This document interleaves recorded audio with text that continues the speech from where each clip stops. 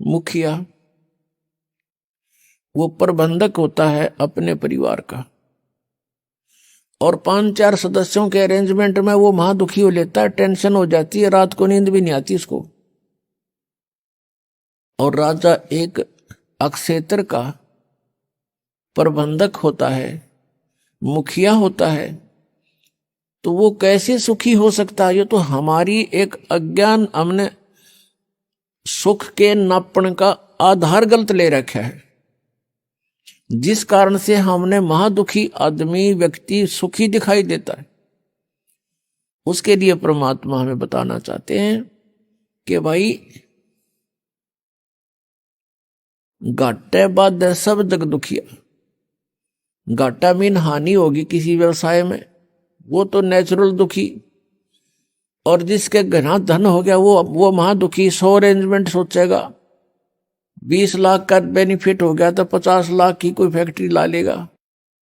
अगले दिन मजदूरा हड़ताल कर दी, माथा टेक कर बैठ जाएगा, क्या होगा मेरे 1 करोड़ डूब गया, फलान डूब गया, रात दिन नींद नहीं आती उसको। कहने का भाव ये है कि यहाँ कोई प्राणी सुखी नहीं। घाटे बाद सब जग दुखिया, के गृहस्थी बैरागी हो। जैसे किसी ने घर त्याग दिया, बैराग ले लिया, जंगल में जा बैठा, वन में।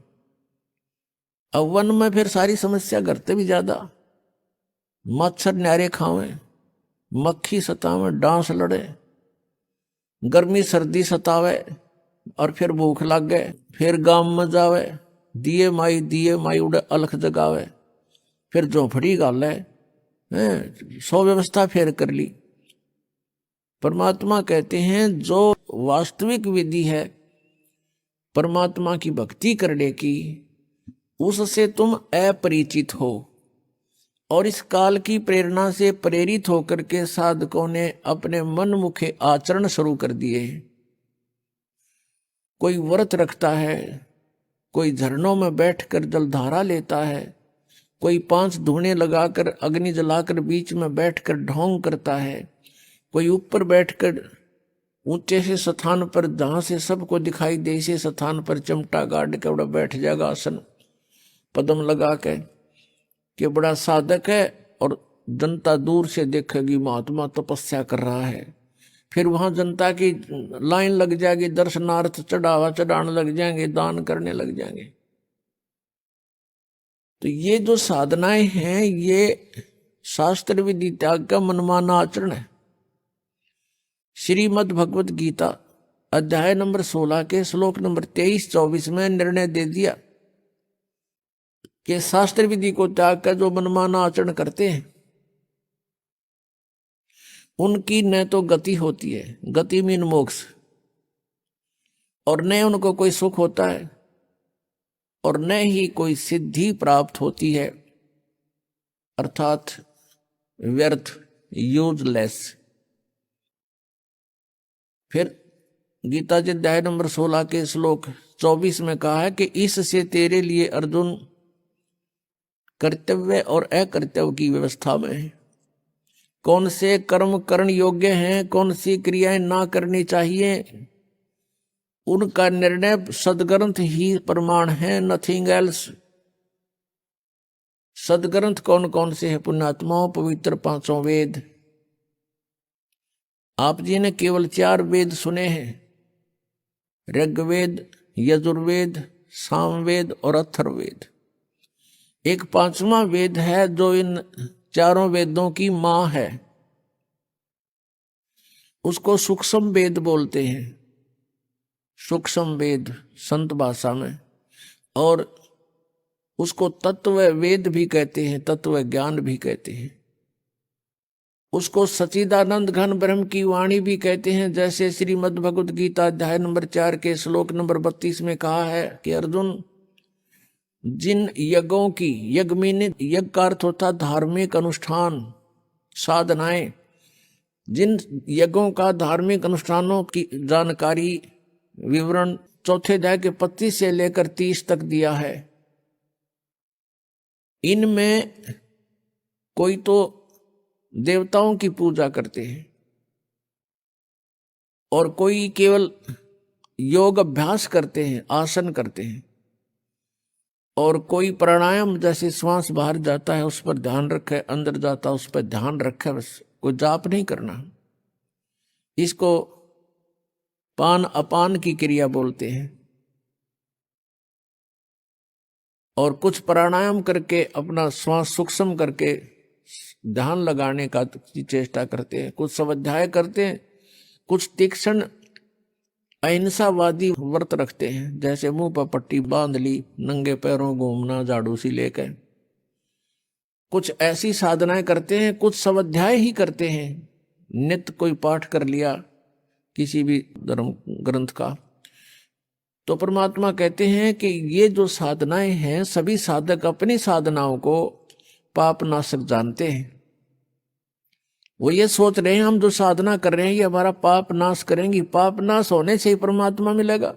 फिर बताया कि चौथे अध्याय के 32वें श्लोक में गीता जी में कि इस प्रकार की धार्मिक अनुष्ठानों की जानकारी विस्तार के साथ ब्रह्मण मुखे यानी सच्चिदानंद घन ब्रह्म की वाणी में, यहां चौथे अध्याय के 32वें श्लोक में अनुवादकर्ताओं ने अनर्थ किया है, शब्दों के अर्थ ठीक नहीं किए। ब्रह्मणे मुखे का अर्थ इन्होंने किया है वेद की वाणी।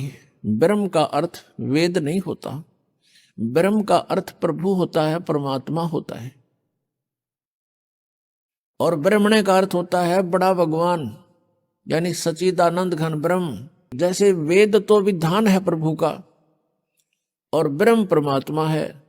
यदि कोई राजा का अर्थ संविधान करता है किसी प्रकरण के अंदर तो उसको ज्ञान नहीं है, वो मूर्ख है बिल्कुल।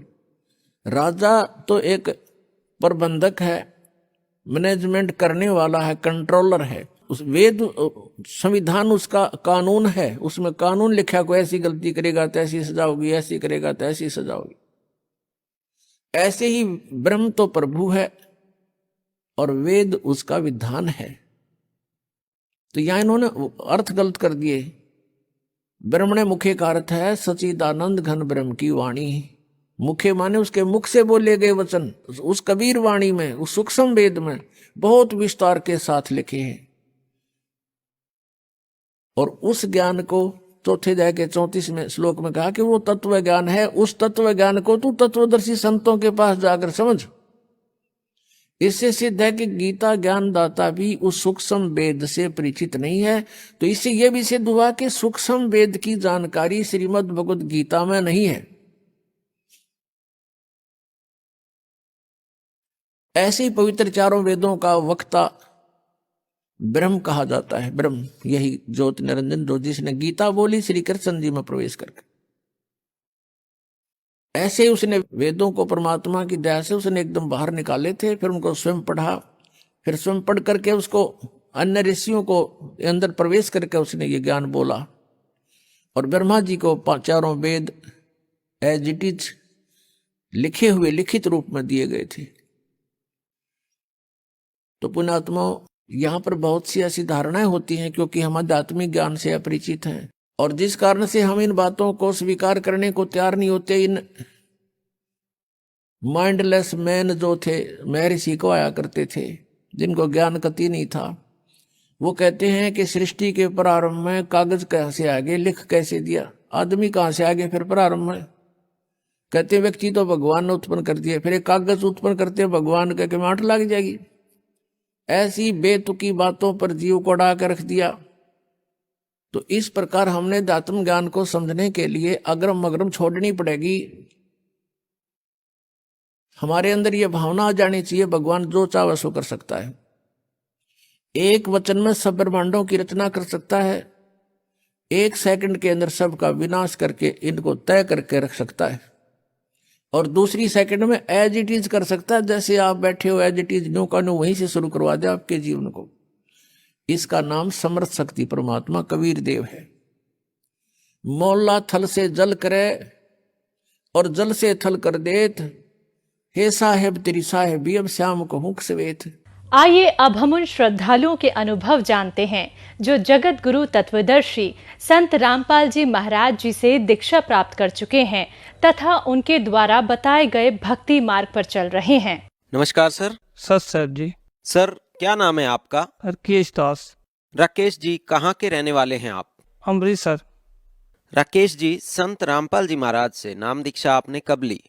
28/4/2020। सर, संत रामपाल जी महाराज से नाम दीक्षा लेने से पहले क्या आप कोई भक्ति साधना भी करते थे? जैसे हिंदू धर्म करते हैं, मंदिरों में जाना और पीरों को मत्था टेकना, यही भक्ति करते थे हम। तो सर, जैसे आप बता रहे हैं कि हिंदू रीति रिवाजों के अनुसार आप भक्ति साधनाएं कर रहे थे, तो उन सब भक्ति साधनाओं से आपको क्या क्या लाभ हुए? लाभ तो कुछ नहीं हो रहा था, हानि के नुकसान ही हो रहे थे। जैसे शराब पीनी, अंडा मीट खाना, और घर की कोई राशन नहीं है, कोई कुछ भी, मतलब पैसे की प्रॉब्लम थी। नीचे जा रहे थे, कोई काम नहीं चल रहा था हमारा। पत्थरी भी थी हमारे के 12 mm 2 पॉइंट की। तो सर, आपने बताया कि आप पहले जो भक्ति साधनाएं कर रहे थे उनसे आपके घर में काफ़ी परेशानियां थी, आपको पथरी की प्रॉब्लम थी, आपकी आर्थिक स्थिति भी खराब थी, आप नशा भी करते थे। तो इन सब के बीच में फिर संत रामपाल जी महाराज की जानकारी आपको कैसे हुई? ऐसे जो मेरे मामा जी थे, उसके पास मेरा लड़का जाता था, 12 साल का था मेरा लड़का। उन्होंने बताया कि पापा आप शराब छोड़ दोगे, ये सत्संग आता है टीवी में, साधना चैनल पे, तो वो सुना करो। तो ऐसे ही मेरे बेटे ने मेरे को सत्संग लगा के दिया और मैंने सत्संग सुना और नाल शराब भी मैं पीता रहा। तो चलो